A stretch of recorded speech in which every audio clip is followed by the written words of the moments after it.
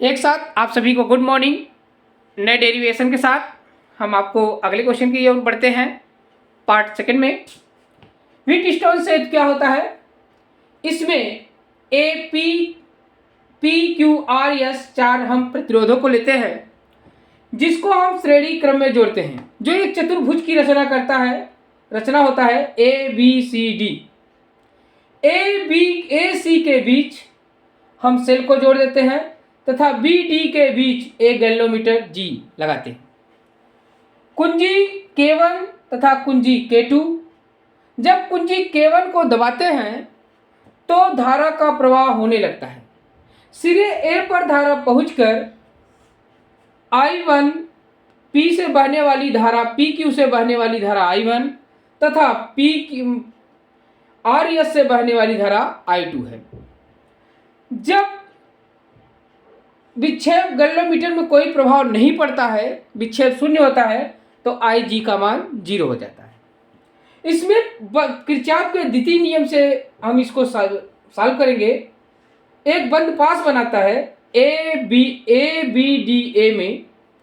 तो बंद पास का नियम क्या है? प्रतिरोधों, उसके संगत प्रतिरोध तथा धारा का गुणनफल का बीजगणितीय योग बराबर विद्युत वाहक बलों के योग के बराबर होता है। I1 गुणे P, यहाँ गैल्वेनोमीटर कोई प्रभाव नहीं है, तो I2 गुणे R, ये ऋणात्मक, जो कि बंद पास इधर आएगा तो ये ऋणात्मक दिशा हो जाएगी। तब आपका हो जाएगा I1P माइनस I2R बराबर 0। I1P बराबर I2R, समीकरण 1। बंद पास दूसरे में चलते हैं। I1 गुणे Q माइनस I2 गुणे S बराबर 0। I1Q बराबर I2S, समीकरण 1/2 करेंगे। P/Q बराबर R/S। इसी को व्हीटस्टोन से कहते हैं। जब गैल्वेनोमीटर कोई विक्षेप नहीं होता है तब यह मान संतुलन में कहा जाता है। अगले क्वेश्चन में चलते हैं। हम स्पेक्ट्रमी रेखाओं की चर्चा आज करेंगे। लाइमैन, बामन, पाश्चन, ब्रैकेट, पुंड श्रेणियां क्या होती है? जब हाइड्रोजन परमाणु के इलेक्ट्रॉन विभिन्न अवस्थाओं से होता हुआ इलेक्ट्रॉन संक्रमण किसी उच्च ऊर्जा स्तर से, किसी भी उच्च ऊर्जा स्तर से पहली, दूसरी, तीसरी, चौथी, पांचवी तक पहुंचता है, तब वहां हमारी श्रेणियां हमें प्राप्त होती है।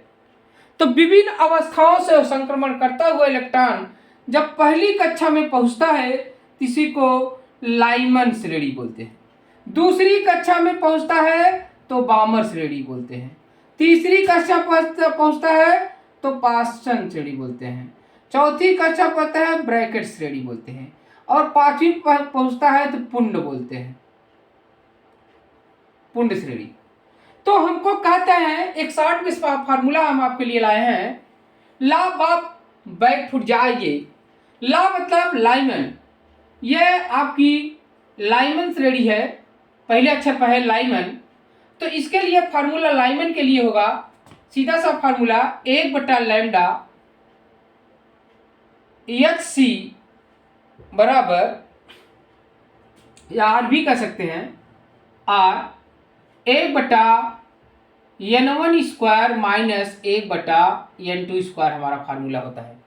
अगर पहली कक्षा में है तो लाइमन, दूसरी कक्षा में है, ये 1 हो गया, ये 2 हो गया, ये 3 हो गया, ये 4 हो गया, ये 5 हो गया। इतनी श्रेणियां पूछा जाता है परीक्षा में। ला मतलब पहले स्थान पे पहला है, बा मतलब दूसरा, प मतलब तीसरा, बैक मतलब ब्रैकेट श्रेणी चौथा, पुंड मतलब पाश्चन श्रेणी पांचवा। अब आते हैं आपके क्वेश्चन पर। पुंड पर बैक फुट है तो पुंड श्रेणी यहाँ जो आपकी है। ला मतलब लाइमन श्रेणी, तो इसके लिए तरंग दैर्घ्य 1/λ R बराबर 1/1 स्क्वायर माइनस 1/N2 स्क्वायर। इसमें N2 का मान जो हो जाएगा, N2 बराबर रखेंगे 2, 3, 4, 5। अगर दूसरे से शुरुआत किया जाता है तब इसी को हम बामर श्रेणी, विभिन्न अवस्थाओं से होता हुआ दूसरी कक्षा में अगर आता है तो इसी को हम बामर श्रेणी बोलते हैं। और तीसरी, तब इसके लिए 1/लैम्डा बराबर आर 1/2² माइनस 1/n² होता है। तब n2 का मान आपका हो जाएगा 3, 4, 5, 6 से शुरुआत होगी, तीसरी, चौथी, पांचवी। अगर तीसरी कक्षा में आता है, इस कक्षा में, तीसरी कक्षा में, तो 1/लैम्डा बराबर आर 1/3² माइनस n² होता है। तब यहाँ n2 का मान हम 4 से शुरुआत कर 4, 5, 6, 7 करेंगे। अगर चौथी पाता है, विभिन्न अवस्थाओं से होते हुए चौथी कक्षा में अगर प्रवेश करता है, चौथी कक्षा में स्थिर करता है, ये विभिन्न अवस्थाओं में चौथी से आता है, तो इसे को हम ब्रैकेट श्रेणी बोलते हैं। तब 1/लैम्डा बराबर आर बराबर 1/4² माइनस 1/n²। तब n2 का मान हम रखेंगे 5, 6, 7, 8। अगर हमारा पांचवें पहुंचता है तो हमारा हो जाएगा फुंड श्रेणी। फुंड श्रेणी जो होता है 1/5², फुंड श्रेणी का लैम्डा आर 1/5² 5² रखेंगे माइनस n²। तब यहाँ n का मान आपका हो जाएगा, n2 मान 6, 7, 8 से शुरुआत करेंगे। अब इसमें पूछता है कि इसकी श्रेणी और इसके सवाल पूछे जाते हैं, सिंपल सी बात है। एक इसी पर सवाल हम देख लेते हैं।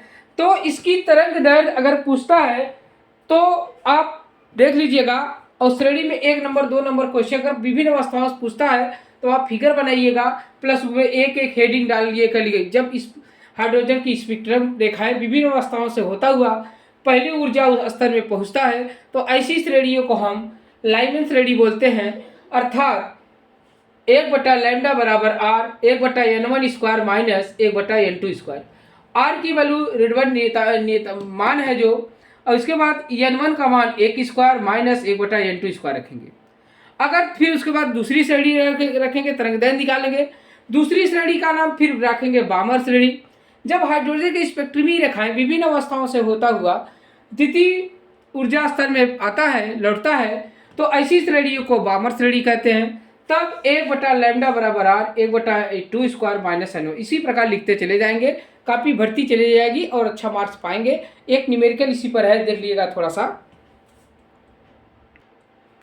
एक न्यूमेरिकल देखते हैं। हाइड्रोजन स्पेक्ट्रम परमाणु के लाइमन श्रेणी की प्रथम रेखा पर तरंग दैर्घ्य ज्ञात कीजिए, जबकि आर की वैल्यू 1.097 × 10⁻7 मीटर यूनिवर्स है।